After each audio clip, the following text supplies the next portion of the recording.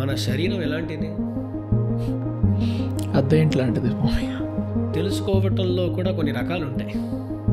ఆంగ్ల భాషలో నాలెడ్జ్ అని ఒకటి అంటారు, రియలైజేషన్ అని ఒకటి అంటారు. అనాది కాలంగా మనం చేసిన అపరిమితమైన పాపాలను ఒక్క జీవితంలో మనం చేసేటువంటి పరిమితమైన ప్రయత్నంతో నశింపజేయటం సాధ్యం అనుకున్నారా? అది ఎలా సాధ్యమండి? అయితే ఇప్పుడు రోజు చేసేటువంటి పూజలు కానీ, వెళ్ళేటువంటి దివ్యదేశ దర్శనాలు అవ్వచ్చు, చేసేటువంటి సత్కార్యాలు, మంచి పనులు, ఇవన్నీ కూడా మానేచ్చే స్వామి. మా బాస్కి మేము పని చేస్తూ ఉంటామండి. పని చేసేటప్పుడు ఎక్కడ సంతోషంగా పని చేస్తామా? ఏం సంతోషం ఉండదు. అయ్యో చేయాలి కదా అనే ఆలోచనతో చేస్తూ ఉంటాం. చివరికి భగవంతుని కూడా అలాగే చేయాలి అని మీరు అంటున్నారు. సో ఇప్పుడు మన ప్రయత్నం కారణం కాదు, కేవలం భగవంతుడి యొక్క కృప మాత్రమే మోక్షానికి కారణము అని తెలిసింది స్వామి. ఆ కృప అందరిపైన చూపిస్తే సులువుగా అందరూ మోక్షానికి వెళ్ళచ్చు కదా స్వామి. ఈ కాలంలో ఎక్కడికైనా వెళ్ళాలంటే మనం సంప్రదించేది ఎవరిని? మన గూగుల్ని. కానీ మీరు గూగుల్ మ్యాప్స్ అడగండి, పరమపదానికి వెళ్ళే మార్గం ఏంటి? No results found. అంతే.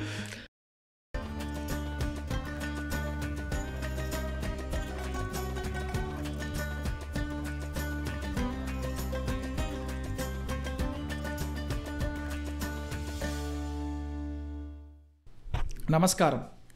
స్వైరాలాపం అనే ఈ చర్చాగోష్ఠికి మీ అందరికీ స్వాగతం పలుకుతున్నాను. తెలుగు భాషలో మనం చేస్తున్నటువంటి రెండో వీడియో ఇది. గత వీడియోలో మనం స్వామిని కలిసినప్పుడు శ్రీవైష్ణవత్వం అనే అంశం పైన, దాంట్లో ఉండేటువంటి మౌలిక విషయములపైన ఒక చిన్న చర్చను చేశాం.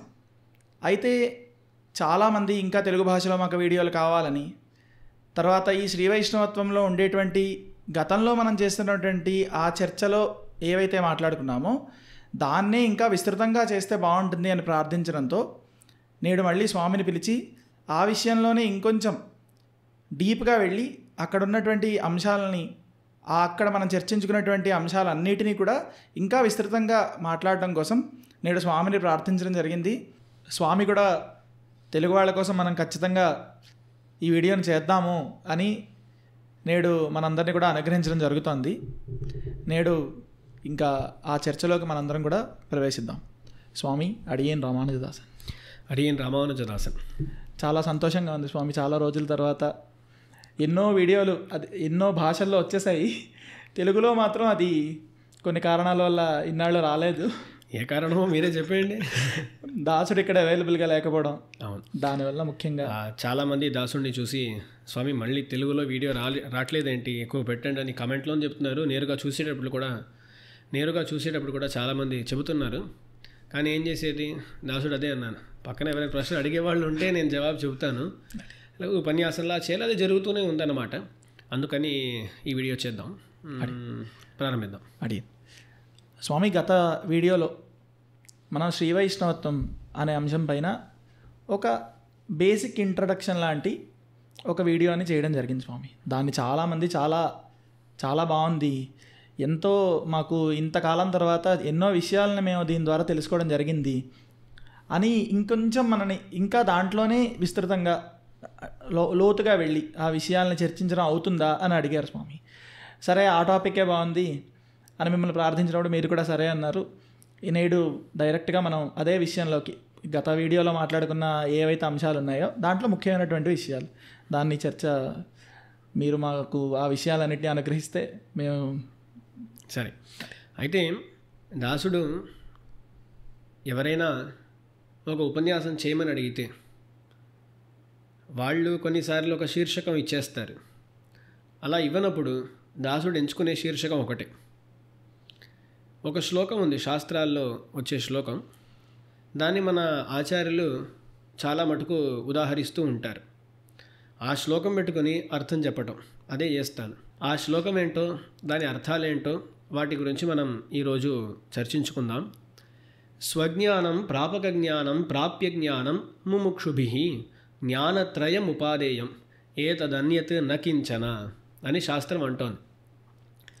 మోక్షానికి వెళ్ళాలి అనుకునేవాడు తెలుసుకోవలసిన విషయాలు 3. జ్ఞానత్రయం ఉపాదేయం, 3 విషయాలను తెలుసుకోండి.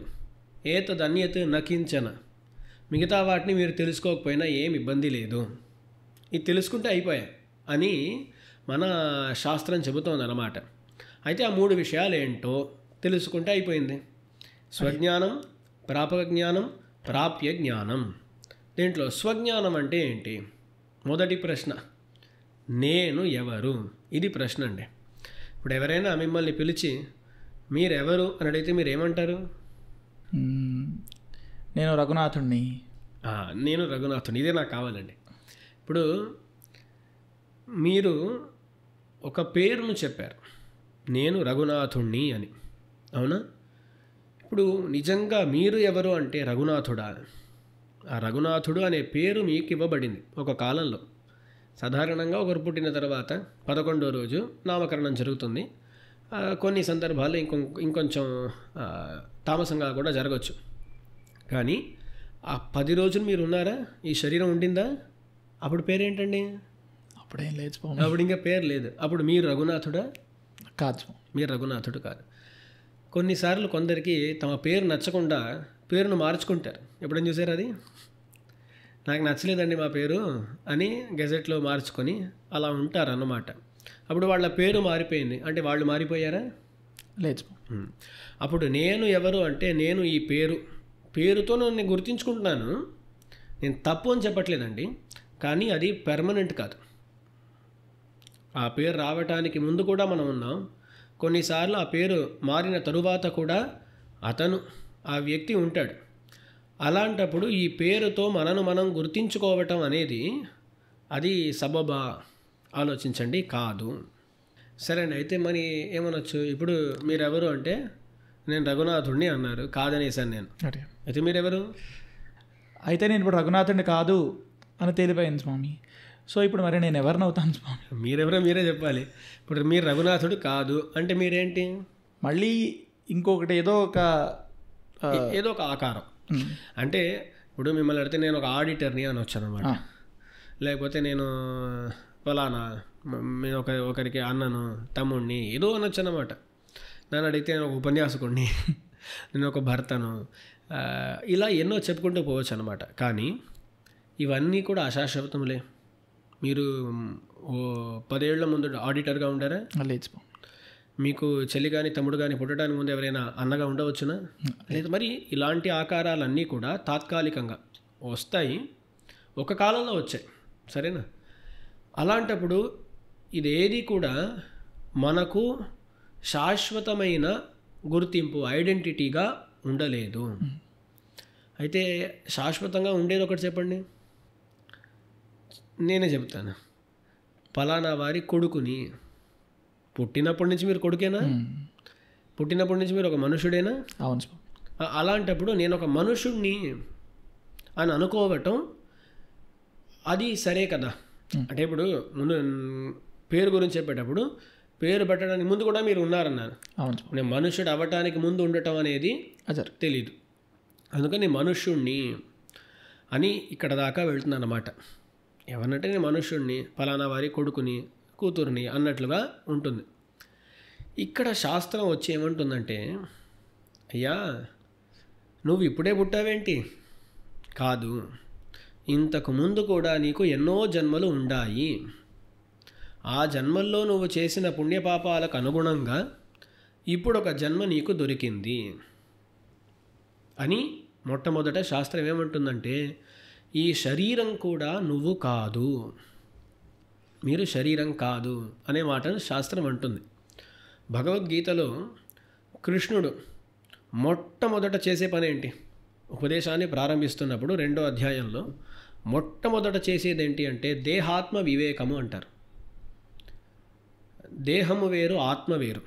అర్జున, నువ్వు దేహము కాదు, నువ్వు ఒక ఆత్మ అని కృష్ణుడు అంటాడు. అప్పుడు సనాతన ధర్మంలో అడుగుపెట్టే వాళ్ళందరికీ కూడా మొట్టమొదటి అడుగు ఏంటి అంటే ఈ జ్ఞానం పొందటం. ఏ జ్ఞానం? నేను దేహము కాదు, నేను ఒక జీవాత్మ, ఆత్మ అనేది. కృష్ణుడు చాలా స్పష్టంగా అంటాడు. ఏమంటాడు? ఈ శరీరం అనేది వినాశి, ఆత్మ అనేది అవినాశి. ఆత్మ అనేది ఎన్నో శరీరములను పరిగ్రహిస్తూ ఉంటుంది. వాసాంసి జీర్ణాని యథా విహాయ నవాని గృహ్ణాతి నరోపరాణి తథా శరీరాణి విహాయ జీర్ణాని అన్యాని సంయాతి నవాని దేహి అని అంటాడు. అప్పుడు మనకు దుస్తులు ఉన్నాయి. ఈ దుస్తులు పాడైపోయేసరికి మేము ఏం చేస్తాం? మనం వాటిని పారేసి ఇంకేదో వస్త్రములను తీసుకుంటాం, పరిగ్రహిస్తాం. అలాగే ఒక జీవాత్మ కూడా తన శరీరం జీర్ణమైన తరువాత ఆ శరీరాన్ని వదిలేసి మరొక శరీరాన్ని పరిగ్రహిస్తుంది. అయితే అక్కడ కృష్ణుడు చెప్పేది ఏంటి అంటే, అర్జున, ఈ అశాశ్వతములైన శరీరముల గురించి నువ్వు బాధపడవలసిన అవసరం లేదు అని కృష్ణుడు అంటాడు. అయితే ఇప్పుడు మనం ఎక్కడికి వచ్చామండి? నేను ఎవరిని అంటే, నేను రఘునాథుణ్ణి, నేను ఒక ఆడిటర్ని, నేను ఒక ఉపన్యాసకుణ్ణి, నేను ఒక మనుష్యుణ్ణి అని అక్కడి నుంచి నేను ఒక జీవాత్మను. సో నేను ఒక జీవాత్మను అనేది శాస్త్రం ద్వారా మనం తెలుసుకునేది. ఇప్పుడు నేను ఆత్మని అని నన్ను నేను గుర్తించుకున్నాను స్వామి. నేను ఆత్మ అని తెలుసుకుంటే, నేను ఆత్మ అని తెలుసుకోవడం అంటే ఏంటి స్వామి అసలు? ఇక్కడ ఒక విషయం ఏంటంటే, తెలుసుకోవటంలో కూడా కొన్ని రకాలు ఉంటాయి. ఆంగ్ల భాషలో నాలెడ్జ్ అని ఒకటి అంటారు, రియలైజేషన్ అని ఒకటి అంటారు. ఇప్పుడు నేను మీకు చెప్పాను అన్నమాట, ఈ విషయం చెప్పాను, మీరెవరు అంటే రఘునాథుడు అని చెప్పకూడదు, ఆత్మ అని చెప్పాలి. ఇప్పుడు ఇకపై నేను ఎప్పుడైనా మిమ్మల్ని ప్రశ్నించాను అనుకోండి, మీరెవరు అంటే ఇప్పుడు మీరు చాలా చాతుర్యంతో నేను జీవాత్మను అని చెప్పేస్తారు. కానీ ఆ జ్ఞానం ఏర్పడిపోయింది, నాలెడ్జ్ వచ్చేసింది, కానీ అది రియలైజేషన్ అవ్వాలి. మీరు ప్రతిసారి మీ గురించి ఆలోచించుకునేటప్పుడు నేను ఈ శరీరము కాదు, నేను ఒక జీవాత్మను అన్నట్లుగా ఆలోచించటం ప్రారంభించాలి. అది అంత సులువుగా కుదురుతుందా అంటే కుదరదండి. కానీ దాని వైపు మనం అందరం కూడా వెళ్ళటానికి ప్రయత్నించాలి. ఇప్పుడు అలా ఆ రియలైజేషన్ వచ్చేసింది అనుకోండి, అప్పుడు మన జీవనం చాలా మారిపోతుంది. మనం అందరం కూడా ఈ శరీరం కోసం అని మన సమయాన్ని, మన సంపదను, మన శక్తిని ఉపయోగిస్తూ ఉన్నాం. కానీ మనము ముఖ్యంగా దృష్టి పెట్టాల్సింది ఎక్కడ అంటే ఆత్మ మీద. దాసునికి ఎవరో వాట్సాప్లో ఒక వీడియో పంపించారు. ఒక ఆవిడ ఒక విషయాన్ని చాలా అందంగా తెలిపిందనమాట. వారి పేరేంటో నాకు తెలియదు, నేను ఇప్పుడు చూశాను, నాకు చూసినప్పుడు వాళ్ళు ఎవరో ఏంటో తెలియదు. కానీ ఆమె చెప్పిన విషయం నాకు చాలా నచ్చింది. అక్కడ తాత్పర్యం ఏంటి అంటే, నాకు కూడా అది అనుభవ సిద్ధం అన్నమాట. మేము ముందు ఇక్కడ అద్దెకి ఒక ఇంట్లో ఉండేవాళ్ళం, మీకు తెలుసు బాగా. ఒక అద్దెకి ఇంట్లో ఉండేటప్పుడు అక్కడ ఏమైనా ఒక పెద్ద మార్పు చేయాలనిపించింది అనుకోండి, అప్పుడు ఏం సమాధానం చెప్పుకుంటాం? అరే అద్దెంట్లో మార్పులు చేయటం ఎందుకు, ఎప్పుడు వెళ్ళమంటారో తెలియదు, మనం ఎందుకు మార్పులు చేయాలి అని ఏం చేస్తామండి, మనం అడ్జస్ట్ చేసుకుంటాం. అవునా? దాని తర్వాత మరొక ఇల్లు ప్రాప్తమైంది మాకు. ఇప్పుడు ఆ ఇంటికి వచ్చేసరికి మన ఇల్లు అనే భావన వచ్చేసరికి మనం ఏం చేయటం ప్రారంభిస్తాం అంటే, ప్రతి చోట దీన్ని అందంగా ఉంచుకోవాలి, ఈ గోడను కూడా అందంగా ఉంచుకోవాలి, ఇక్కడ ఇది చేస్తే బాగుంటుంది కదా, ఇంటీరియర్ డిజైన్ చేస్తే బాగుంటుంది కదా, ఇలా దాంట్లో మనం ఎంతో ధనాన్ని, సమయాన్ని ఖర్చు పెడతాం. ఎందుకండి? ముందు అద్దెకి ఉండే ఇంట్లో మనం చేయలేదు, కానీ సొంత ఇల్లు అని అనిపించిన తరువాత అక్కడ ఇవన్నీ చేయడం ప్రారంభించాం. ఎందుకలా? మనది అనే భావన. ఇది మనది, శాశ్వతము. అంటే అద్దెకు ఉండేటప్పుడు ఎప్పుడు బయటకు వెళ్ళమంటారో తెలియదు, మనం ఖర్చు పెడితే మళ్ళీ అది వ్యర్థంగా పోతుంది. ఇది మన సొంత ఇల్లు అనుకోండి, మనతోనే ఉండిపోతుంది, అందుకు మనం ఖర్చు పెట్టినా తప్పు లేదు అని. ఇప్పుడు ఆలోచించండి, మన శరీరం ఎలాంటిది? అద్దె ఇంట్లాంటిది. మనం మన సమయాన్ని, మన సంపదను దేనికోసం ఖర్చు పెడుతున్నామండి? శరీర పోషణ. ఈ శరీరం కోసమే. ఈ శరీరము పుష్టిగా ఉండాలి, ఈ శరీరం అందంగా కనబడాలి, దానికి ఎంత ధనం ఖర్చు పెడతామండి? మేకప్లు అవి ఇవి, అందంగా కనబడాలి, ఈ శరీరాన్ని బాగా పోషించుకోవాలి అని మనం దీనికి చాలా ఖర్చు పెడతాం. ఇప్పుడు మీరు అడగచ్చు, అయితే ఏం ఖర్చు పెట్టాల్సిన అవసరం లేదా? ఇప్పుడు ఆలోచించండి, ఇప్పుడు అద్దెకు ఒక ఇంట్లో ఉన్నాం, దాంట్లో కావాల్సిన ఒక బేసిక్ నెసెసిటీస్ వాటి కోసం ఖర్చు పెడతామా లేదా? పెడతాం. ఎక్కువగా పెట్టమన్నమాట. అంటే దాన్ని చాలా అందంగా ఉంచుకోవాలి, దానికి ఇలా ఇంటీరియర్ డిజైన్ మనం చేసుకుందాం ఏమనుకుంటాం, అక్కడ ఉండటానికి మనకు ఎంత కావాలో, సుఖంగా అక్కడ ఉండటానికి ఎంత కావాలో అంత చేసుకుంటాం మనం. అలాగే ఈ శరీరంలో ఉండటం కోసం మనకు ఎంత కావాలో అన్ని పనులు ఈ శరీరం కోసం చేసుకోవచ్చు. అసలు ఏం శరీరాన్ని చూసుకోకండి, భోజనం చేయడం మానేయండి అని చెప్పట్లేదు నేను. కానీ ఎంత కావాలో అంతే చేసుకోవాలి. విపరీతంగా దానికోసమని ధనం ఖర్చు పెట్టడం అలాంటి పనులు మనం చేయాల్సిన అవసరం లేదు. ఇప్పుడు మన ఆత్మ, నేను ఎవరినండి? ఆత్మ అని చెప్పేసరికి నేను నిత్యమైన ఒక వస్తువు. అప్పుడు దేనికి నేను ఖర్చు పెట్టాలి? ఆత్మకు ఖర్చు పెట్టాలి. ఈ ఆత్మకు అలంకరణ చేయాలి నేను. ఆత్మకు అలంకారం అంటే ఏంటండి? జ్ఞానము, వైరాగ్యము, భక్తి, ఇవన్నీ కూడా ఆత్మకు ఉండేటువంటి అలంకారములు. వాటిని మనం సంపాదించుకోవటానికి ప్రయత్నించాలి. దేహం అలంకృతంగా ఉండినా, దానికి అలంకారం చేయకపోయినా పెద్దగా ఏం మార్పు రాదన్నమాట. ఏమున్నా సరే 80 ఏళ్ళ 90 ఏళ్ళ వాళ్ళ తలరాత ఎలా ఉందో అంతే. కానీ మన ఆత్మకు చేసే అలంకారం చివరిదాకా మనతో ఉంటుందండి. అందుకని మన అందరం కూడా దేహం పైన దృష్టి పెట్టకుండా ఆత్మ పైన దృష్టి పెట్టాలి. దానికి మొదట మనం తెలుసుకోవాల్సింది ఏంటంటే, ఈ దేహము కన్నా వ్యతిరిక్తమైన ఆత్మ నేను. దేహాతిరిక్త ఆత్మజ్ఞానము అంటారు. అటువంటి జ్ఞానం మనకు కావాలి. మరొకటి, ఆత్మ అస్తిత్వం గురించి మనకు అసలు జ్ఞానం లేదనుకోండి, అప్పుడు ధర్మాచరణ పైన కూడా దృష్టి వెళ్ళదు. ఎందుకు అంటే, నేను ఉండేది 80 ఏళ్ళు, ఎలాగో బతికితే అయిపోయా, ఎందుకు నేను ఈ ఆత్మ కోసం ఏమైనా చేయాలి, ఎందుకు నేను మంచి పనులు చేయాలి? ఎలాగో నేను ఉండేది 80 ఏళ్ళు అయితే అక్కడ ఏదో మంచో చెడో చేస్తూ సుఖంగా బతికానంటే అయిపోయింది. నేను ఎందుకని కష్టపడాలి, ఎందుకు ధర్మానుష్ఠానం చేయాలి అని అడిగితే దానికి జవాబు ఏముంటుందండి? చాలామంది ఏమనుకుంటారు, ఈ 80 ఏళ్ళు నేను బతుకుతానంటే దాంట్లో తప్పిదాలు చేసిన, ఎలాగో ఇక్కడ ఉండేటువంటి ఈ పోలీసు వాళ్ళు, ఇక్కడ ఉండే ప్రభుత్వం వాళ్ళ దగ్గర నుంచి నేను తప్పించుకుంటే అయిపోయింది, సుఖంగా నేను 80 ఏళ్ళు జీవించాను అయిపోయింది అనుకుంటున్నారు.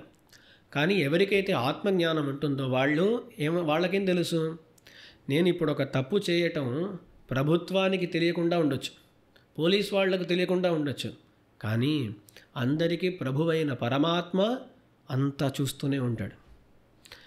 ఈ దేహంలో కాకపోయినా మరొక దేహంలో ఖచ్చితంగా నాకు దానికైన దండన ఇవ్వబడుతుంది. అప్పుడు ఆత్మ అనేది ఒకటి లేదు అని ఒకరు ఉన్నారంటే వాళ్ళు ధర్మాచరణ పైన ఖచ్చితంగా దృష్టి పెట్టరు.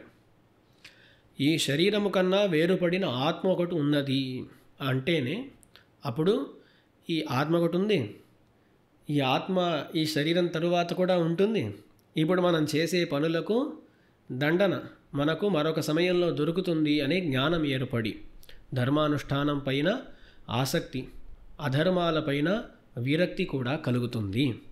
సో ప్రతి ఒక్కరూ ఈ ఆత్మజ్ఞానాన్ని పొందటం అనేది చాలా ముఖ్యం. చాలా బాగా చెప్పారు స్వామి. అయితే ఇప్పుడు శరీరం కన్నా వేరుపడినది ఆత్మ నిత్యమైనది అనే విషయాలని తెలుసుకున్నాం స్వామి. ఇప్పుడు పరమాత్మ అనే ఒకడు ఈ శరీరంతో మనం చేసేటువంటి ప్రతి పనిని చూస్తాడు అని కూడా మీరు ఇప్పుడు చెప్పారు స్వామి. సో ఇప్పుడు ఆత్మకి పరమాత్మకి, అంటే ఇప్పుడు జీవాత్మ అని ఇప్పటిదాకా నేను జీవాత్మని అని తెలుసుకున్న దానికి, పరమాత్మ అనేవాడు నన్ను చూస్తూ ఉంటాడు, ప్రతి పనిని గమనిస్తూ ఉంటాడు అని ఇప్పుడు 2 ఆత్మలు వచ్చాయి స్వామి ఇక్కడ, జీవాత్మ పరమాత్మ. ఇప్పుడు ఈ ఇద్దరు ఒకటా? ఈ 2 ఆత్మలకి ఏమైనా డిఫరెన్స్ ఉందా? మన సంప్రదాయంలో పరమాత్మ వేరు, జీవాత్మ వేరు. పరమాత్మకు దాసుడు జీవాత్మ. ఇప్పుడు మనం మొదటి ప్రశ్న ఒకటి చూసాం, నేను ఎవరిని అంటే దానికి ఇప్పుడు ఒక జవాబు వచ్చింది, ఏంటి, నేను ఒక జీవాత్మను అని. కానీ దాంతో ఈ ప్రశ్న ఆగదు. ఆ జీవాత్మ యొక్క స్వరూప స్వభావాలు ఎటువంటివి అనే ఒక ప్రశ్న ఉందన్నమాట. ఇప్పుడు మీరు అడిగేటప్పుడు పరమాత్మ కన్నా భిన్నుడా జీవాత్మ, అభేదమే సంప్రదాయమా అంటే మనది విశిష్టాద్వైత సంప్రదాయం కాబట్టి మనకు పరమాత్మ కన్నా జీవాత్మ భిన్నమైన వాడే. దర్శనం భేద ఏవచ అని మన వరదరాజ పెరుమాళ్ళు మన కాంచీపూర్ణ స్వామి ద్వారా రామానుజుల వారికి తెలిపారన్నమాట. అందుకని జీవాత్మ వేరు, పరమాత్మ వేరు. అయితే వాళ్ళిద్దరికీ పరస్పరం సంబంధం లేదా అంటే అలా చెప్పట్లేదు మనం. వాళ్ళు వేరు, కానీ చాలా ముఖ్యమైన ఒక సంబంధం వారి మధ్యలో ఉందన్నమాట. ఎన్నో సంబంధాలు ఉన్నాయి, నవవిధ సంబంధములు అంటారు. పరమాత్మకు జీవాత్మకు మధ్యలో నవవిధ సంబంధములు ముఖ్యంగా ఉన్నాయి. వాటిని పక్కన పెట్టేద్దాం, ఒక సంబంధం మాత్రం తెలుసుకుందాం, అది చాలా ముఖ్యం కాబట్టి. ఆ పరమాత్మకు ఈ జీవాత్మ దాసుడు. పరమాత్మకు జీవాత్మ దాసుడు అనేది చాలా ముఖ్యం. శాస్త్రం అంటుంది, దాసభూత స్వతఃసర్వే హ్యాత్మానః పరమాత్మనః నాణ్యథా లక్షణం తేషాం బంధే మోక్షే తథైవ చ. పరమాత్మకు లక్షణం ఏంటి, జీవాత్మకు లక్షణం ఏంటి? పరమాత్మ అంటే స్వామి, జీవాత్మ అంటే ఆ పరమాత్మకు దాసభూతుడు. దాసభూత స్వతః సర్వే హ్యాత్మానః పరమాత్మనః. పరమాత్మనః దాసభూతః. పరమాత్మకు దాసభూతులే జీవాత్మలు అందరూ కూడా. పరమాత్మకు స్వామిత్వం లక్షణం. స్వత్వం ఆత్మని సంజాతం, స్వామిత్వం బ్రహ్మణి స్థితం అని అంటారు. పరమాత్మ స్వామి, మనము పరమాత్మకు దాసులము. అయితే ఇప్పుడు మొదటి ప్రశ్నకు జవాబు ఏంటి అంటే, నేనొక జీవాత్మ, పరమాత్మకు దాసుడను. ఇదే మొదటి ప్రశ్నకు సమాధానం అండి. అడిగాను. ఇప్పుడు నేను జీవాత్మ, పరమాత్మకు దాసుడను. వీడి యొక్క లక్ష్యం, ఇప్పుడు సాధారణంగా ఈ శరీరంతో నేను ఆ చిన్నప్పుడు చదువుకుంటున్నప్పుడు ఏంట్రా ఏమవుతావు అని అడిగితే అప్పుడేం తెలియదు స్వామి, ఏదో క్రికెటర్ అవుతానని చెప్తాను స్వామి కొన్ని రోజులు. అది అయిన తర్వాత ఆర్మీకి వెళ్తానన్నాను స్వామి. అది అయిన తర్వాత ఫైనల్గా ఇంటర్ అయిన తర్వాత సీఏలోకి వచ్చాను స్వామి. ఏంట్రా నువ్వు అంటే సీఏ అవుతున్నాను. సీఏ అయిన తర్వాత ఏంట్రా నువ్వు, సీఏ అయిపోయింది. ఇప్పుడేం చేస్తామంటే పెద్దగా లక్ష్యాన్ని ఏమి, ఇంకా ఏదో చెప్పాలి, ఏదో చిన్న చిన్న చిన్న చిన్న లక్ష్యాలు స్వామి. ప్రతిరోజు ఈ లక్ష్యం అనేది మారుతూనే వెళ్తోంది. కానీ ఆత్మ ఈ శరీరాన్ని నుంచి వేరైనది అని తెలిసిన తర్వాత ఆత్మకు కూడా నాలా ఒక లక్ష్యం ఉండాలి కదా స్వామి. ఇక్కడ చూడండి, ఎప్పుడు కూడా ఈ రెండు విషయాలు సంబంధపడి ఉంటాయి. ఏ రెండు విషయాలు? నేనెవరిని, నా లక్ష్యం ఏమిటి.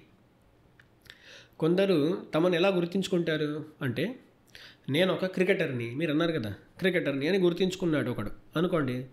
అప్పుడు అతని లక్ష్యం ఏమవుతుంది? నేను భారతీయ జట్టుకు ఆడాలి, ఆ భారతీయ టీంలో, ఇండియన్ టీంలో ఆడాలి, వరల్డ్ కప్ గెలవాలి అన్నట్లు లక్ష్యం నిర్ణయించుకుంటాడు. అవునా? ఇప్పుడు ఒకతను నేను డాక్టర్ని అనుకుంటాడు.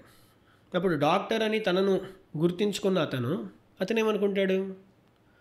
నేను ప్రజలకు సేవ చేయాలి, ఏదో ఆసుపత్రి పెట్టాలి, అలాంటి ఏదో లక్ష్యాలు ఉంటాయి. అప్పుడు ప్రతి ఒక్కరు కూడా తమను ఏమని గుర్తించుకుంటున్నారు, దానికి తగినట్లుగానే లక్ష్య నిర్ణయం అనేది ఉంటుందండి. మనం సాధారణంగా లౌకికంగా చూసినా సరే కొందరికి తమ గురించి అసలు అవగాహన ఉండదు, ఏదో లక్ష్య నిర్ణయం చేసుకుంటారు. కొన్నిసార్లు ఏమవుతుంది, మన అమ్మా నాన్నలు తల్లిదండ్రులు ఏం చేస్తారు, నువ్వు డాక్టర్ అవ్వాలి అంటారు. పుట్టినప్పటి నుంచి వీడు డాక్టర్ అవ్వాలి అని వాళ్ళు నిర్ణయించుకుంటారు. ఇతనికి అటువంటి కార్యంలో ఆసక్తి ఉండదు. చివరికి డాక్టర్ అయ్యాడు అనుకోండి, అతడు సంతోషపడతాడా? సంతోషపడ్డు. ఎందుకంటే అతడు ఏదో ఒక లక్ష్యాన్ని పొందాడు, కానీ ఆ లక్ష్యం అనేది అతని స్వరూపానికి అనుగుణంగా లేదు. అందుకని తన గురించి సరిగ్గా తెలుసుకోవాలి, దానికి తగినట్లుగా లక్ష్య నిర్ణయం చేసుకోవాలి. అలా నిర్ణయం చేసుకొని లక్ష్యాన్ని పొందితేనే ఇతను సుఖపడగలడు. అవునా? ఇప్పుడు మనం ఎవరు అనే విషయాన్ని మనం ముందు తెలుసుకున్నాం. మనం ఎవరండి? జీవాత్మ. పరమాత్మకు దాసులము. అప్పుడు ఆ స్వరూపానికి అనుగుణంగానే మనం లక్ష్యాన్ని నిర్ణయించుకోవాలి. అవునా? సరే, అయితే నేను ఒక జీవాత్మను అంటే, భగవంతునికి దాసుడను అంటే నా లక్ష్యం ఏమై ఉండాలి? దాసుడు చేసే పని ఏంటో ఆ దాస్యమే నా లక్ష్యం అయి ఉండాలి. దాసుడు చేసేది ఏంటి? సేవలు అందించటం. అవునా? అప్పుడు భగవంతునికి సేవలు అందించటం నా లక్ష్యం అవుతుంది.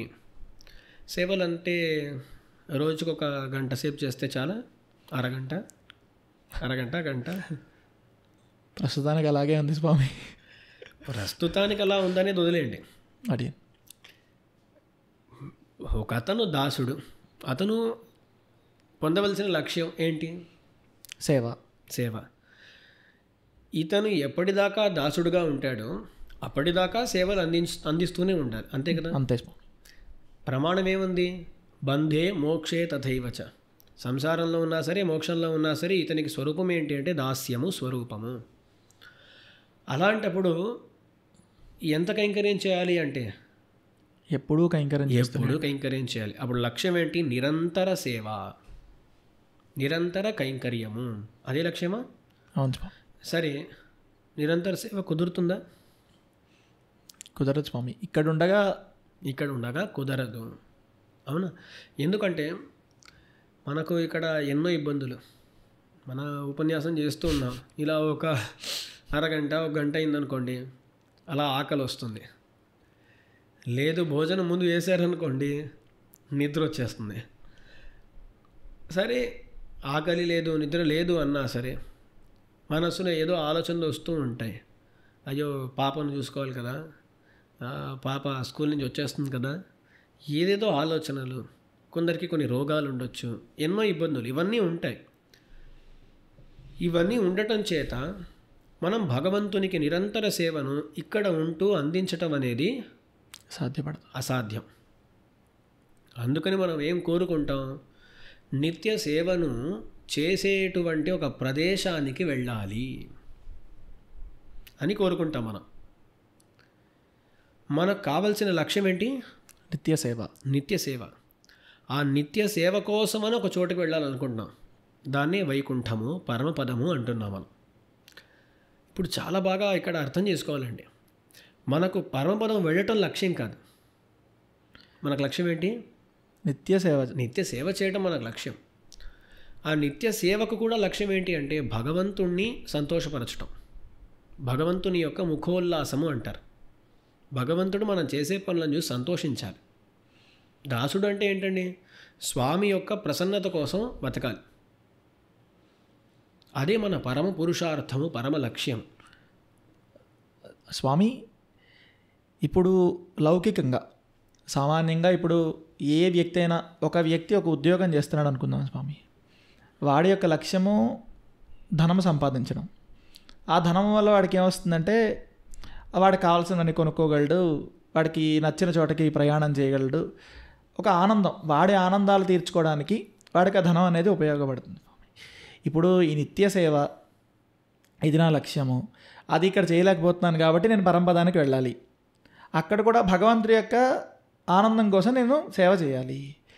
సో ఇప్పుడు ఇక్కడెక్కడా కూడా ఈ ఆత్మకి ఆనందము అంటే ఎలా అయితే సామాన్యమైనటువంటి లౌకికంగా ఉన్నవాడు తన యొక్క లక్ష్యము ఆ డబ్బు సంపాదించి ఆనందపడుట అనేది ఉందో, ఇప్పుడు ఈ ఆత్మకు ఆనందం అనేది ఎక్కడైనా కనబడుతుందా స్వామి ఇందులో?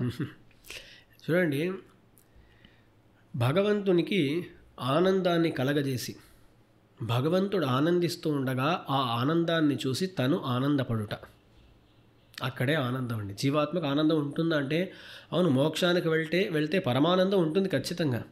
కానీ ఎటువంటి ఆనందం అంటే భగవంతుని ఒక ఆనందాన్ని చూసి ఆనందించుట. ఇప్పుడు ఒకరు అడిగారు, మీరు అడిగినట్లే ఒకరు సమీపంలో ప్రశ్న అడిగారు అన్నమాట. వారేమన్నారంటే, మా బాస్కి మేము పనిచేస్తూ ఉంటామండి, పని చేసేటప్పుడు ఎక్కడ సంతోషంగా పనిచేస్తామా? ఏం సంతోషం ఉండదు, అయ్యో చేయాలి కదా అనే ఆలోచనతో చేస్తూ ఉంటాం. చివరికి భగవంతుని కూడా అలాగే చేయాలి అని మీరు అంటున్నారు. అంటే అక్కడ నేను ఒకటి అన్నాను, బాస్కి మనం ఒకటి చేసేటప్పుడు మనం ఎందుకు అలా చేస్తున్నాము అంటే మనకు బాస్ మీద భక్తి ఏం లేదు. బాస్ మీద మనకు ఏమైనా ప్రేమ ఉందా? ప్రేమేం లేదు. ఒక ఉదాహరణ చెప్పాలంటే, ఒక తల్లి తన పిల్లవాడి కోసం కార్యం చేస్తుందన్నమాట. తనకు ఎన్ని కష్టాలు ఉన్నా ఆ కష్టాలను పక్కన పెట్టి ఎన్నో రకాల భక్ష్యములు అవి చేస్తుంది ఒక తల్లి. ఆ తల్లి అంత కష్టపడింది, ఆ భక్ష్యం ఏదో ఒకటి దాన్ని ఆ కుమారుడు తిని అమ్మ చాలా బాగుందమ్మా అని చెబుతూ సంతోషపడుతూ ఉండగా ఆ తల్లి ఆ సంతోషాన్ని చూసి మురిసిపోతుంది. అవునా? అవును. ఇప్పుడు ఎందుకంటే అక్కడ మురిసిపోయింది, ఎందుకు సంతోషపడింది? తన బిడ్డ యొక్క సంతోషమే తన సంతోషం. తన సంతోషం. అలా అవటానికి కారణం ఏంటి? ఆ బిడ్డ మీద ఉండేటువంటి ప్రేమ. ఆ బిడ్డ మీద ప్రేమ లేదనుకోండి, సంతోషపడుతుందా? లేదు, సంతోషపడదు. అందుకని భగవంతుని పైన మనకు కావాల్సింది ఏంటి? ప్రేమ. దాన్నే భక్తి అంటాం మనం. భగవంతుని పైన అపారమైన స్నేహం, ఆ భక్తి ఉండాలి. ఆ భక్తి ఉంటే కానీ ఏమవుతుంది? భగవంతునికి మనం చేసే సేవలు చేసిన తరువాత భగవంతుడు సంతోషపడుతూ ఉంటే ఆహా అని సంతోషం కలుగుతుందన్నమాట. ఇప్పుడు మనకు భక్తి కావాలా అంటే భక్తి కావాలి. భగవంతునికి బాగా సేవలు చేయటం కోసం, ఆ సేవలు చేయటం ద్వారా భగవంతుణ్ణి ఆనందపరిచి మనం ఆనందం పొందటం కోసం భక్తి కూడా కావాలండి. సో ఈ భక్తి ఉండిపోయింది అనుకోండి, మీ ప్రశ్నకు జవాబు వచ్చేస్తుంది అనమాట. ఆ భక్తి లేనంత వరకు మనకేమనిపిస్తుందంటే ఆ భగవంతుడిని నేను చేయటం ఏంటండి అని. ఆ భక్తి కలిగిందంటే భగవంతునికి ఏం చేయాలి అనే ఒక ఆతృత వచ్చేసి, ఒక ఆసక్తి కలిగి ఎన్ని కైంకర్యాలు చేసినా తృప్తి చెందని ఒక స్థితి కలుగుతుందన్నమాట. దానికి ఉదాహరణ ఎవరు అంటే మన లక్ష్మణస్వామి. అహం సర్వం కరిష్యామి అన్నారు. ఆలోచించాలి, వనవాసం కోసం బయలుదేరుతున్నారు రాముల వారు సీతమ్మతో పాటు. అక్కడ లక్ష్మణస్వామి అంటారు అహం సర్వం కరిష్యామి. మీరు వనవాసానికి వెళ్ళి అక్కడ మీరు హాయిగా ఉండవచ్చును, నేను వచ్చేస్తాను, మీరు అమ్మవారితో అలా తిరుగుతూ ఉండండి. భవాంస్తు సహవైదేహ్యా గిరి సానుషురంస్యతే అహం సర్వం కరిష్యామి జాగ్రత్త సుపతశ్చతే. మీరు మేల్కొని ఉన్నా, మీరు నిద్రపోతున్నా, ఏ సందర్భమైనా మీకు కావలసిన అన్ని పనులను నేను చేసి పెడతానండి, సకల విధ కైంకర్యములను కూడా నేను చేసి పెడతాను. అలా చేసి పెట్టారు లక్ష్మణస్వామి. వారు సేవలు అందించటానికి ఉదాహరణ పురుషులు అన్నమాట. అలా లక్ష్మణస్వామి సేవలన్నీ అందించి వారు ఏం చేసేవారంటే ఎన్ని కైంకర్యాలు దొరికినా అన్ని కైంకర్యాలు చేసేవారు. పట్టాభిషేక సమయంలో అక్కడ ఏం చేస్తున్నారంటే ఒక చేతితో ఛత్రం పట్టుకున్నారంట, ఇంకో చేతితో చామరం వేస్తున్నారంట. ముందు కూడా శ్రీరామాయణంలో అయితే ఒక చోట ఛత్ర చామర పాణిస్తూ అని వస్తుందన్నమాట. ఒక చేతితో ఛత్రాన్ని పట్టుకొని ఒక చేతితో చామరం, అది దాన్ని కూడా పట్టుకొని లక్ష్మణస్వామి వస్తున్నారు. అయితే వారి అభిప్రాయం ఏంటి? నేను దాసుడిని కాబట్టి వారికి చేయవలసిన కైంకర్యాలన్నిటినీ కూడా ఎంతవరకు వీలవుతే అన్ని చేయాలి అని వారు ఉండారు. లక్ష్మణస్వామి గురించి చెబుతూ దాసునికి ఈ విషయం కూడా గుర్తొస్తోంది. మనం మొదటి ప్రశ్న ఒకటి అడిగాం, నేను ఎవరిని అని. దానికి జవాబు లక్ష్మణస్వామి ఇచ్చారండి. ఎక్కడిచ్చారు? శ్రీరామాయణంలో సీతాపహరణ జరిగిన తరువాత రాములవారు లక్ష్మణస్వామి ఇద్దరు కూడా సుగ్రీవుణ్ణి వెతుక్కుంటూ వెళ్తారన్నమాట. పంపా సరస్సు తీరంలో రాములవారు వెళ్తూ ఉండగా ఆ ఋష్యముఖ పర్వతంలో నుంచి సుగ్రీవుడు చూసేసి వీళ్ళ లక్షణాలన్నీ చూస్తూ ఉంటే వీళ్ళు పెద్ద యోధుల్లాగా ఉన్నారు, ఖచ్చితంగా వాలి పంపించి ఉంటాడు, ఏం చేయటం అని చాలా భయపడిపోతాడనమాట. ఆ సందర్భంలో హనుమంతుడిని పంపించగా హనుమంతుడు వచ్చేసి వీళ్ళతో మాట్లాడతారు. వచ్చేటప్పుడు ఒక భిక్షు వేషం ధరించి వస్తారనమాట హనుమంతుడు. అలా మాట్లాడుతూ వీళ్ళ గురించి తెలుసుకొని నేను ఇలా సుగ్రీవుని యొక్క సచివుణ్ణి అని తమ గురించి చెబుతారనమాట హనుమంతుడు. అక్కడ రాముల వారు నేరుగా హనుమంతునితో మాట్లాడకుండా తమ తమ్ముడైన లక్ష్మణస్వామిని ఆజ్ఞాపిస్తారు, మీరు మాట్లాడండి అని. అప్పుడు లక్ష్మణస్వామి పరిచయం చేయిస్తారు. వీరు రాముల వారు లోకనాథ పురా భూత్వా సుగ్రీవం నాథమిచ్చతి అని లోకానికంతా నాథుడైన వీరు ఇప్పుడు సుగ్రీవుణ్ణి నాథునిగా పరిగ్రహించి వచ్చారు ఇక్కడ అని అలా రాముల వారి గురించి చెప్పి తన గురించి చెబుతూ లక్ష్మణస్వామి ఏమంటారంటే అహమస్యావరో భ్రాత గుణైర్ దాస్యముపాగత. నేను వీరి తమ్ముడిని, వారి అభిప్రాయంతో నేను వారికి తమ్ముడిని, కానీ నన్ను అడిగితే నేనేమంటాను తెలుసా? గుణై దాస్యముపాగత. వారి గుణములను చూసి వారి గుణములకు వశీకృతుణ్ణై నేను వారికి దాసుడనయ్యాను, నేను వారికి దాసుడను అంటారు. ఇప్పుడు లక్ష్మణస్వామి మొట్టమొదటిసారిగా హనుమంతునితో మాట్లాడుతున్నారు. అక్కడ తన పరిచయం చేసేటప్పుడు ఏమంటారు? నేను దాసుడను. అందుకని మన శివైష్ణవ సంప్రదాయంలో మనం ఎప్పుడూ కూడా ఎవరైనా చూస్తే ఏమంటామండి? అడియేన్ అనే మాటను అంటూ ఉంటాం. అదొక తమిళ మాట. దానికి అర్థం ఏంటి అంటే దాసుడైన నేను అని అర్థం అండి. అడియేన్ అడియాన్ అని ఒక మాట, అడియార్ అని కూడా వస్తుంది బహువచనంలో. అడియాన్ అంటే దాసుడు, అడియేన్ అంటే దాసుడైన నేను. దాన్ని సంస్కృతంలో ఏమంటారు? దాసోహం. దాసహ అహం అనేది దాసోహం అయింది. అందుకే ఎవరైనా పలకరించేటప్పుడు ఏమంటాం మనం? దాసోహం అంటాం. అది కాస్త తెలుగులో కొంచెం బహువచనంలో కూడా వచ్చేసి దాసోహాలు అన్నట్లు కూడా అంటారు. కానీ సంస్కృత పదం అది దాసహ అహం, దాసుడైన నేను అని అర్థం అండి. అదే అడియన్. ఎందుకంటే మన ఐడెంటిటీ అదే. నువ్వు ఎవరివి అంటే అహం దాసహ, దాసోహం. లక్ష్మణస్వామి చూపించారు అది. సో మొదటి ప్రశ్న ఏంటండి? నేను దాసుడను. రెండో ప్రశ్న లక్ష్యం ఏంటి అనేది. దానికి జవాబు ఏంటి? నిరంతర సేవ. నిరంతర సేవ ఆనందదాయకంగా ఉంటుందా అంటే భక్తి ఉంటే ఖచ్చితంగా ఉంటుంది. సో భక్తిని కూడా మనం పెంపొందించుకోవాలి భగవంతుని యొక్క కరుణతో. సరేనా? చాలా అందంగా వివరించారు స్వామి. సో ఇప్పుడు లక్ష్యం అంటే ఏంటి అంటే పరమపదానికి వెళ్ళాలి. పరమపదంలో భగవంతుడికి అనేక విధములైనటువంటి సేవలు చేయాలి. ఇది లక్ష్యం అని తెలిసింది స్వామి. అయితే ఈ లక్ష్యం గురించి ఇంకా తెలుసుకోవాల్సిన అంశాలు, దీని లోపల ఉండేటువంటి ఇంకా విషయాలు ఏమైనా ఉన్నాయా స్వామి? అంశాలంటే ఇప్పుడు మీరు చెప్పిన ఆ క్రమం మనకు చివరికి పరమపురుషార్థం ఏంటి అంటే భగవంతుడిని సంతోషపరచడం. దానికోసం నిత్య సేవలు చేయాలి, దానికోసం పరమపదానికి వెళ్ళాలి. ఒకవేళ ఆలోచించండి, భగవంతుడు మనకు మీరు భూలోకంలో ఉంటూనే నిత్య సేవలు చేయవచ్చును అన్నట్లుగా ఒక శక్తిని ఇచ్చాడు అనుకోండి. అప్పుడు కాదండి పరమపదానికి వస్తాము అని చెప్పాల్సిన అవసరం లేదు. మనకు చివరికి కావాల్సిందేంటి? సేవ చేయటం, భగవంతుడిని ఆనందపరచటం. అందుకే మన ఆచార్యులు ఏమంటారు? దివివా భువివా మమాస్తు వాసః నరకే వా నరకాంతక ప్రకామం అవధీరిత శారదారవిందౌ చరణౌతే మరణేపి చింతయాని. స్వర్గంలో అయినా సరే, నరకంలో అయినా సరే, భూమిలో అయినా సరే, ఎక్కడైనా సరే ఉండటానికి నేను తయారు. కానీ ఏంటి? ఎప్పటికీ మిమ్మల్ని అనుభవిస్తూ మీ కైంకర్యాలు చేస్తూ ఉండగలిగితే ఎక్కడైనా ఉండటానికి సిద్ధం అంటాం మనం.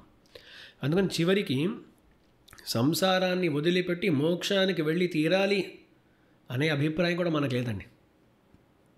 నిత్య సేవలు చేయటానికి ఎక్కడ వీలు కలుగుతుందో అక్కడ ఉండటం, అదే మనకు కావాలన్నమాట. కానీ అప్పుడు మనం ముముక్షు అనే కేటగిరీలోకి వస్తామా స్వామి? చూడండి, మనం ఇప్పుడు అది సంభవం కాదు కాబట్టి, అంటే సంసారంలో ఉంటూ చేయటం అనేది నార్మల్గా అసంభవం కాబట్టి మనం మోక్షాన్ని పొందాలి అని అనుకుంటున్నాం అంతే. సో మోక్షాన్ని పొందడం అనేది మన లక్ష్యమే కాదు స్వామి. అంటే ఒకవేళ భగవంతుడు ఇక్కడ ఉండు అంటే ఇక్కడ ఉండడానికి అన్ని రకాల శక్తులు ఇచ్చి ఇక్కడే ఉండి ఇక్కడే కైంకర్యం చేసుకో అంటే ఇక్కడ ఉండిపోవడానికి కూడా మనం రెడీ. అవును, అంతే. ఇప్పుడు ఆలోచించండి, ఆదిశేషుడు, నిత్యసూర్యుని ఆదిశేషుడిని భగవంతుడు నియమించాడు. ఏమని? మీరు రామానుజులుగా వెళ్ళి ఈ కైంకర్యాలు చేయండి అని. వారేమన్నారు? కాదండి నేను సంసారానికి వెళ్ళనన్నారా? లేదు. వారు సంసారం వల్ల వారికి ఏం కలగదనుకోండి. వారు నిత్యసూర్యులు కాబట్టి సంసారం వల్ల వారికి కర్మ సంబంధం కానీ ప్రకృతి సంబంధం కానీ ఏర్పడదు. కానీ వారు ఇక్కడ రావటానికి సిద్ధంగానే ఉంటారు కదా. అలాగే మనం కూడా ఎక్కడ ఉండమన్నా చివరికి భగవంతుణ్ణి సంతోషపరచడం మనకు కావాలి. కానీ నేను అనుకున్నట్లుగానే భగవంతుణ్ణి సంతోషపరుస్తాను అనేది లేదండి. అందుకే మనం ముముక్షులమే, దాంట్లో సందేహం లేదు. కానీ మన ఐడెంటిటీ ఏంటి అని అడిగితే నేను ముముక్షువును, నేను దాసుణ్ణి. ఎందుకంటే నాకు మోక్షం దొరకపోయినా ఇక్కడుండి భగవంతుడి సేవలు అందించమన్నా చేయటాన్ని నేను తయారుగా ఉన్నానన్నమాట. చివరికి నేను దాసుణ్ణి అనేది మనకు ముఖ్యం, కానీ నేను ముముక్షువు అనే దానికన్నా కూడా దాసుణ్ణి అనేది ముఖ్యం. అదే మన అంతరంగ నిరూపకము అంటారు. ఓకే, సో చివరికి భగవంతుణ్ణి సంతోషపరచడం, ఆ సంతోషపరచడం అనేది పరమపదానికి వెళ్లకుండా సిద్ధించదు కాబట్టి పరమపదానికి కూడా వెళ్ళాలి అనుకుంటాం మనం. సో ఇప్పుడు లక్ష్యం అంటే ఏంటి అంటే భగవంతుని నిత్య కైంకర్యం కోసం పరమపదానికి వెళ్ళుట అని అర్థం చేసుకోవడంలో తప్పేం లేదు. అయితే 2 ప్రశ్నలు అయిపోయాయి ఇప్పటికి. నేను ఎవరిని? నేను ఒక జీవాత్మను, భగవంతునికి దాసుడైన జీవాత్మను. రెండోది, నా లక్ష్యం ఏంటి? నేను దాసుడినైతే దానికి తగినట్లు లక్ష్య నిర్ణయం చేసుకోవాలి. నిత్య కైంకర్యం నా లక్ష్యం, భగవంతుణ్ణి నిత్యముగా ఆనందపరచుట నాకు లక్ష్యం. ఆ లక్ష్య నిర్ణయం అయిపోయింది. మూడోది ఏంటండి? ఆ లక్ష్యాన్ని ఎలా సాధించాలి? ఇదే మూడో విషయం అన్నమాట. ఆ లక్ష్యాన్ని సాధించేది ఎలా, పరమపదాన్ని పొందేది ఎలా? ఇప్పుడు పరమపదానికి మార్గం ఏంటి మనకేం తెలియదు. ఈ కాలంలో ఎక్కడికైనా వెళ్ళాలంటే మనం సంప్రదించేది ఎవరిని? మన గూగుల్ని. అడిగా గూగుల్ మ్యాప్స్, గూగుల్. ఇక్కడి నుంచి అక్కడికి వెళ్ళాలి, ఎంత దూరం, ట్రైన్లు అయితే ఎన్ని ఉంటాయి, ఎన్ని మారాల్సి ఉంటుంది, కారులో వెళ్తే ఎంతసేపు పడుతుంది, ఎన్ని టోల్స్ మధ్యలో ఉంటాయి, వాహనంలో వెళ్తే అంటే ఒక 2 వీలర్లో వెళ్తే ఎంతసేపు పడుతుంది, ఎన్ని మార్గాలు ఉన్నాయి, ప్రతిదాన్ని చూపిస్తుంది అనమాట గూగుల్ మ్యాప్స్. కానీ మీరు గూగుల్ మ్యాప్స్ అడగండి, పరమపదానికి వెళ్ళే మార్గం ఏంటి? No results found. అంతే. సో పరమపదానికి వెళ్ళే మార్గం అనేది శాస్త్రాల ద్వారా మనకు తెలియాలి. ప్రతిదీ కూడా శాస్త్రాల ద్వారానే. నేను ఎవరిని అంటే ఆత్మను. నేను పొందవలసిన లక్ష్యం ఏంటి? నిత్య కైంకర్యము. దానికి సాధనం ఏంటి అంటే మళ్ళీ భగవంతుడే సాధనము. ఏంటండి? భగవంతుడే సాధనము. ఎందుకు అలా చెప్పాలి? నేనేమైనా చేసి సాధించవచ్చును కదా అంటే అలా సాధించలేం. ఎందుకండి? అదేంటి స్వామి? అదేంటంటే ఆలోచించండి, మనము అనాది కాలంగా ఎన్నో పాపాలు చేశాం. ఒకటా రెండా? పర్వతాలు ఉంటాయి మన పాప సమూహాలు. అలాంటి పాప సమూహములను మన ప్రయత్నంతో మనము నశింపచేయటం అనేది సాధ్యమా? అస్సలు సాధ్యం కాదు. మీరు ఆలోచించవచ్చు, ఒక జీవితం అంతా రోజు భగవంతునికి పూజలు చేస్తూ, ఎల్లప్పుడూ భగవంతుని నామ సంకీర్తనం చేస్తూ, భగవంతుని ధ్యానంతోనే ఒకరుంటే అన్ని పాపాలు పోవా అని ఆలోచించండి. అనాది కాలంగా మనం చేసిన అపరిమితమైన పాపాలను ఒక్క జీవితంలో మనం చేసేటువంటి పరిమితమైన ప్రయత్నంతో నశింపజేయటం సాధ్యం అనుకుంటున్నారా? అది ఎలా సాధ్యమండి?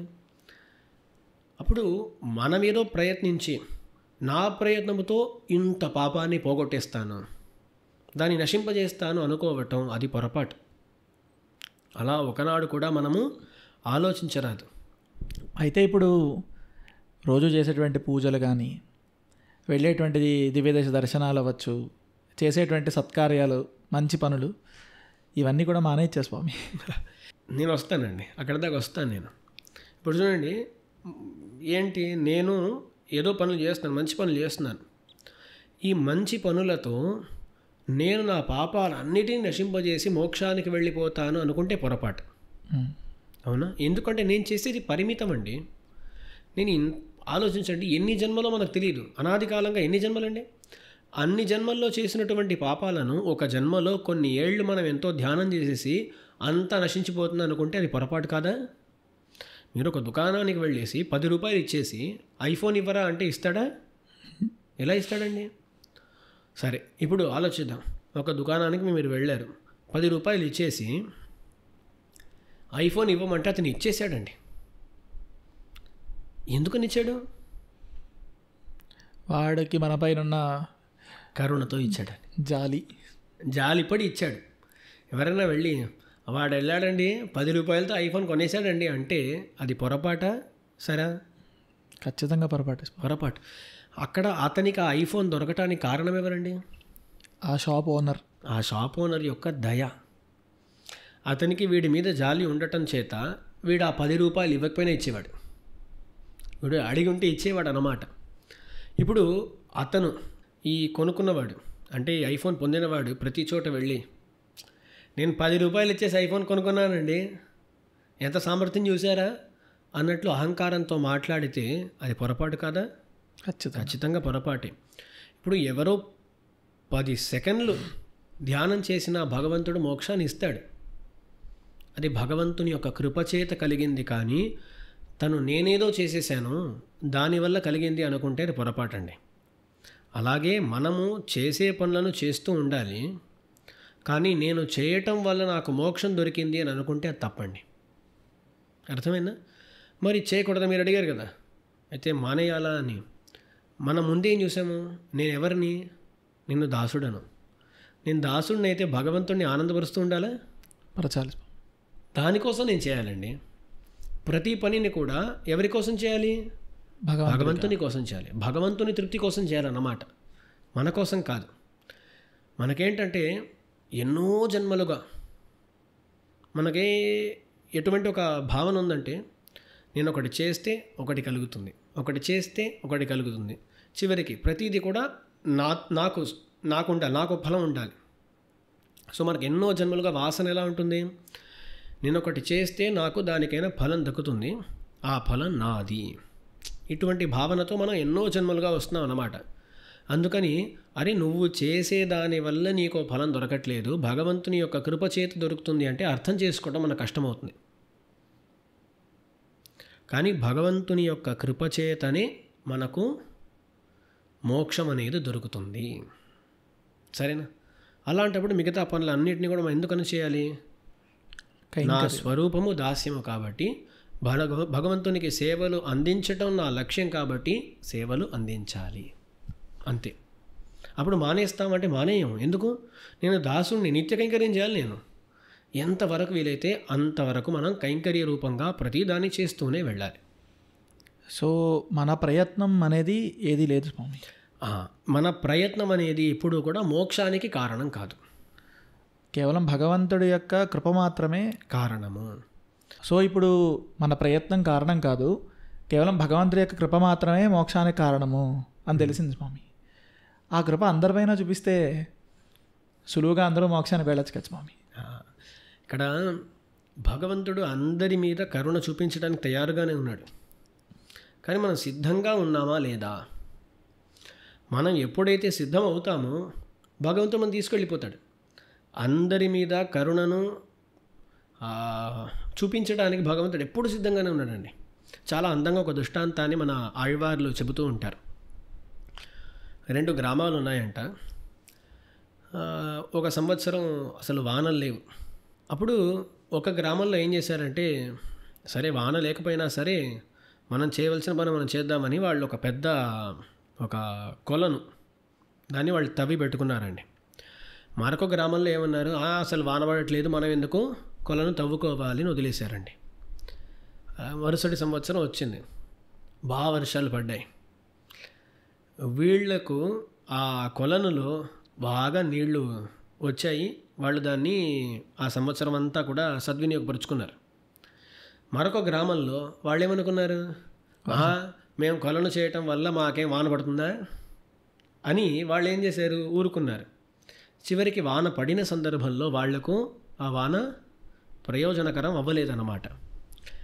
ఇక్కడ ఆలోచించండి, ఇప్పుడు వాళ్ళు ఆ కొలను తవ్వుకున్నారు అని వాన పడిందా? లేదు. కొలను తవ్వుకోవటం చేత వాళ్ళకి ఏమైంది, ఆ వాన ఉపయోగపడింది. అలాగే మనము భగవంతుని గురించి, భగవంతుని విషయంలో శరణాగతి అనుష్ఠిస్తామండి. ఆ శరణాగతి అనుష్ఠించటం చేత భగవంతుడు మన మీద కృప చూపిస్తాడా అంటే లేదు. భగవంతుడు అందరి మీద ఎప్పుడూ కృప చూపించడానికి తయారుగా ఉన్నాడు. ఎవరు శరణాగతి అనుష్ఠించారో వాళ్ళు కొలను తవ్వుకున్నారు. వాళ్ళు కొలను తవ్వుకోవటం చేత కృప వచ్చింది, వాన పడింది అని కాదు. అవునా? అలాగే శరణాగతి చేయటం వల్ల భగవంతుడు కృప చూపించాడనేది లేదు. భగవంతుడు ఎప్పుడు చూపిస్తూనే ఉంటాడు. కానీ ఆ కృపను మనము సద్వినియోగపరుచుకోవాలంటే మనం శరణాగతి చేసి ఉండాలి. శరణాగతి అంటే చివరికి ఏంటి, భగవంతుడా నా దగ్గర ఏం లేదు, మిమ్మల్ని పొందాలి, మోక్షాన్ని పొందాలి, తయారుగా ఉన్నాను, నా దగ్గర ఏం లేదు, మీరే కృప చేయాలి అనే భావన. ఆ భావన ఎవరికి ఉందో, ఆ కోరిక ఎవరికి ఉందో వారికి ఆ కరుణ అనేది ఉపయోగపడుతుంది, అంతే. ఇప్పుడు వాళ్ళు తవ్వుకున్నారని వాన పడుతుందా? లేదు. అలాగే మనం శరణాగతి చేశామని కరుణను చూపించాడా అంటే లేదు. భగవంతుడు అందరి మీద ఎప్పుడూ కూడా కరుణను చూపిస్తూనే ఉన్నాడు. మనం దానికి పాత్రభూతులు అవ్వాలంటే శరణాగతి చేసి ఉండాలి. శరణాగతి అంటే ఏంటి, ఇకపై నేను నా ప్రయత్నంతో మోక్షాన్ని పొందటం అనేది కుదరదు, దేవరి వారి కృప కావాలి అనే అటువంటి భావన, అదే శరణాగతి అనేది. మనం ముందు వీడియోలో కూడా దీని గురించి మాట్లాడామనుకుంటాను. ఇంకా ఈ శరణాగతి తత్వం గురించి ఇంకా మాట్లాడుతూ పోవచ్చు అన్నమాట. కానీ విషయం ఇదే, అందరి మీద భగవంతుని యొక్క కృప ఉందా అంటే ఉంది. కానీ కొందరికి ఫలిస్తోంది, కొందరికి ఫలించలేదంటే వాళ్ళు ఏ స్థితిలో ఉన్నారు. భగవంతుడు కరుణామూర్తియే, అందరికీ మోక్షాన్ని ఇవ్వడానికి తయారుగా ఉన్నాడు. కానీ కొందరు వాళ్ళు తయారవ్వకపోవటం చేత, సిద్ధం అవ్వకపోవటం చేత భగవంతుడు కృప చూపించిన వాళ్ళు కొలను తవ్వుకోకపోతే భగవంతుని తప్పు కాదు. సరే, మరొక ప్రశ్న అడగవచ్చు ఇక్కడ. కొలను తవ్వించేటట్లు కూడా భగవంతుడే చేసేసి కరుణను ప్రవహింపజేస్తే అయిపోయింది. కానీ భగవంతుని యొక్క సంకల్పం ఏంటి అంటే, ఒకరు కోరుకోకుండా వారిని మోక్షానికి తీసుకువెళ్ళాలి అని భగవంతుడు ఆలోచించట్లేదు. భగవంతుడు ఏమనుకున్నాడంటే, నువ్వు కోరుకో, నేను తీసుకువెళ్తా. ఒక ఉదాహరణ చెప్పాలంటే, భార్యాభర్తల మధ్య ఇలా జరుగుతూ ఉంటుందండి. భార్య వచ్చేసి ఏమంటుంది, అసలు మీరు నన్ను సరిగా చూసుకోవటం లేదు, నాతో మాట్లాడటం లేదు అని ఇలా చెబుతుందన్నమాట ఒకరోజు.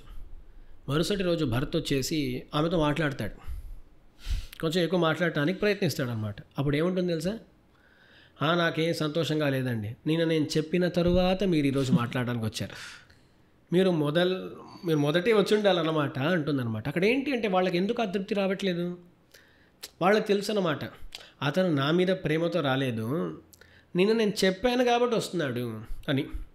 ఇప్పుడు వాళ్ళు ఏమనుకున్నారు, అతనే నా దగ్గరికి రావాలి అని వాళ్ళకు ఒక సంకల్పం ఉందన్నమాట, ఒక ఆశ ఉంది. భగవంతుడు కూడా అంతే ఆశపడుతున్నాడండి.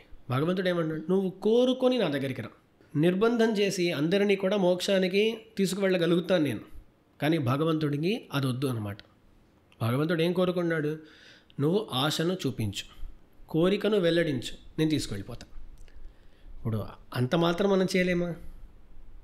భగవంతుడా, అవును, నేను నీ స్థానానికి రావాలి, నువ్వు వేంచేసి ఉండేటువంటి పరమపదానికి నేను కూడా రావాలి అనే కోరికను వెల్లడిస్తే చాలండి, భగవంతుడు తన కార్యం చేయడానికి తయారుగా ఉన్నాడు.